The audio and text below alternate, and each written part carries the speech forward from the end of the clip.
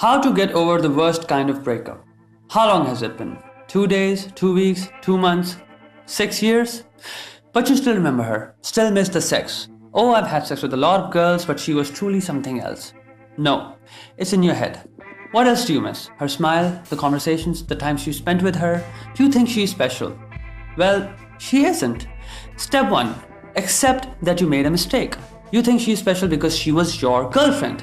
And because you love yourself so much, you think your ex is the best.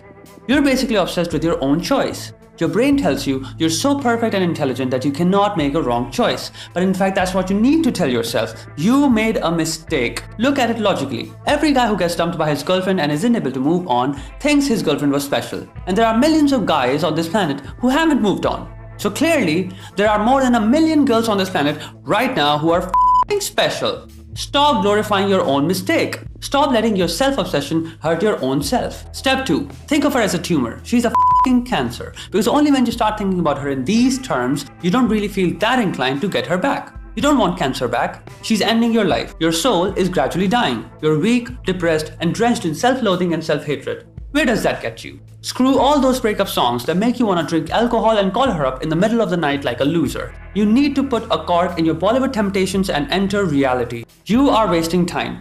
Every single day you spent wallowing in tears and regrets could have been the day where you achieved something, scored a monthly bonus at your job, got a business idea, invented something, composed a song, written a short story, or read a great book that completely changed your perspective on life. Be grateful. If she's gone, the distraction is gone. And I call her the distraction because if she weren't one, she wouldn't have left you in the first place. And because she did, it implies she was eventually going to leave you. You just saved yourself years of being with the wrong person. Go celebrate. Now, I know what you're thinking. After this experience, will I ever love again? Will I ever be able to trust someone again? Well, it's a good thing that you won't be able to trust people blindly now, isn't it? You'll be more cautious, observant, careful, skeptical, and scared of inviting any random person the next time in your life. It's called being mature. Step 3. Accept that she's never coming back. Defy those who defy you. Defy those who defy you. Deny them any interest in your life. Even if she wants to come back after a year or so, did she lie to you? Cheat on you? In friendship, do you keep inviting the people back into your life who lied to you, stabbed you in the back, or betrayed your trust? No. Because you have standards. We prefer loyalty in friendship. We trust our friends with our life. When you have such standards in choosing friends, why would you then want to be with a person who in full consciousness carried out a scheme that ripped your life apart? Why would you purposely want to compromise? If she didn't feel any shame in lying to you, going behind your back and conducting something that she knew would hurt you, it only means one thing. She's a highly selfish human being. That is why she didn't give a shit about you, and when the opportunity comes again, she wouldn't hesitate in doing it twice. Also, don't ever get back with the person who cheated on you. There are just too many options in this world for you to ever consider making that compromise. If she could hurt you like that, her love for you wasn't that real. There is no point. Also, to men who make their ex-girlfriends who cheated on them their arch enemy. Men who seek revenge. Dude, don't. You're much better than that. Your enemy is a direct reflection of who you are. The greater the enemy, the greater your personality is. So be ambitious. How would you feel if Sherlock Holmes' archenemy was a girl who broke Watson's heart? Does that seem appropriate? Your ex is a piece of shit. If she's your archenemy, then you're a piece of shit, which you're not. So move the on, dude. Step 4. Don't do rebounds. That is one stupid suggestion all your loved ones will give you at this point. It's stupid because it is basically picking up all your problems and then putting them somewhere else. Point being, your problems still remain. Stop shifting them. Stop believing that you'll meet some magical person who will solve all your problems in your life. Those are movies. Enter reality. The only person who's going to solve all your problems is you. Take at least 6 months off from dating. Experience the freedom of being alone after a long relationship. This is completely different from when you were single and never had a girlfriend. Both these states have an insane amount of difference, which is mainly perspective. Then you were just a horny, desperate fool by movies, brave romantic idiot who thought having a girlfriend is the most important thing in the world. Now, you're a heartbroken, wise, experienced veteran who understands that the number of girlfriends has got nothing to do with manhood or masculinity. That relationships are a lot of work with the risk that if you're with the wrong girl, your life can go to unimaginable directions. Also, after a breakup, you're emotionally messed up.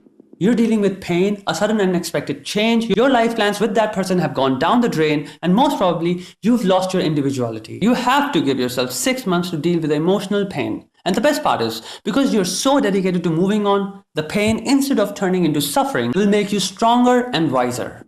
Step 5. You have to cut all ties with her completely. If you want to relieve yourself of all the pain, you have to understand it won't happen overnight. It's a process. You've invested months and years into this relationship, so the cleansing process will take time. Block her from every place, so there cannot be any exchange of messages, no chance of looking at her pictures, and no finding out what she's up to. When you do that, your mind automatically goes into acceptance. It starts empowering you little by little every single day. You might have heard, time heals all wounds. Well, it's actually not time, it's your mind that heals all the wounds. And it takes time because every single day your mind has to diminish and undo all the previous habits, routines, and triggers that you had developed around that person and reinforce new habits into your system. So you have to cut her off completely. Also, a lot of guys call their ex because they think she's a medicine to their pain. You're in depression, and somehow talking to her makes you feel much better. Do notice that she is the reason why you're experiencing this inescapable, never-ending pain, which makes her the disease. And the same person cannot be the disease as well as the medicine. I know you want to call her. I know her voice calms you down and you feel normal. But since that is not a solution, what you're doing is you're making her a drug. Every time you talk to her, you feel fine. But after an hour or so, you go back to that hankering again. By doing that, you become an addict of this person, which will make things even worse. You have a brilliant mind, but you're not solving this problem creatively. Cut off calling her on the phone from that list. Once that option does not exist, your mind will suggest you multiple other things to do that can help you with your state. Step 6. Focus on achievements. You need to understand that by breaking up, you now have this wonderful opportunity to connect with your own self. Discover who you are without that person. Discover your individuality. Evaluate your personal achievements. Ask yourself, are you at the position that you'd always imagined yourself to be in this time of your life? What are the things you believe you could have done and the changes your life would have seen had you remained single? Because believe it or not, most people make some terrible decisions and disastrous compromises in relationships. It's time for self-analysis, retrospection, and introspection. Lastly, if a person leaves you completely miserable and doesn't give a shit if you're in depression or completely wrecked, why would you want to go back into that relationship? That sounds like a relationship between a slave and a master. Your happiness is your right. You can be happy right now, but you have to stop giving that right to other people. Now, this post is about how to mentally prepare yourself. The practical steps you will have to take to move on is the next video. And I had to make 2 videos on this because this is such a sensitive, intricate topic. Another reason is, after a heartbreak, men hardly express their feelings. We act totally fine in the company of other men as if it was no big deal. We shut our emotions down, but inside, we're constantly getting hit by trucks. So if you know anyone who has recently had a breakup, just share this video with them. They're not gonna show it, but deep inside, they do need it.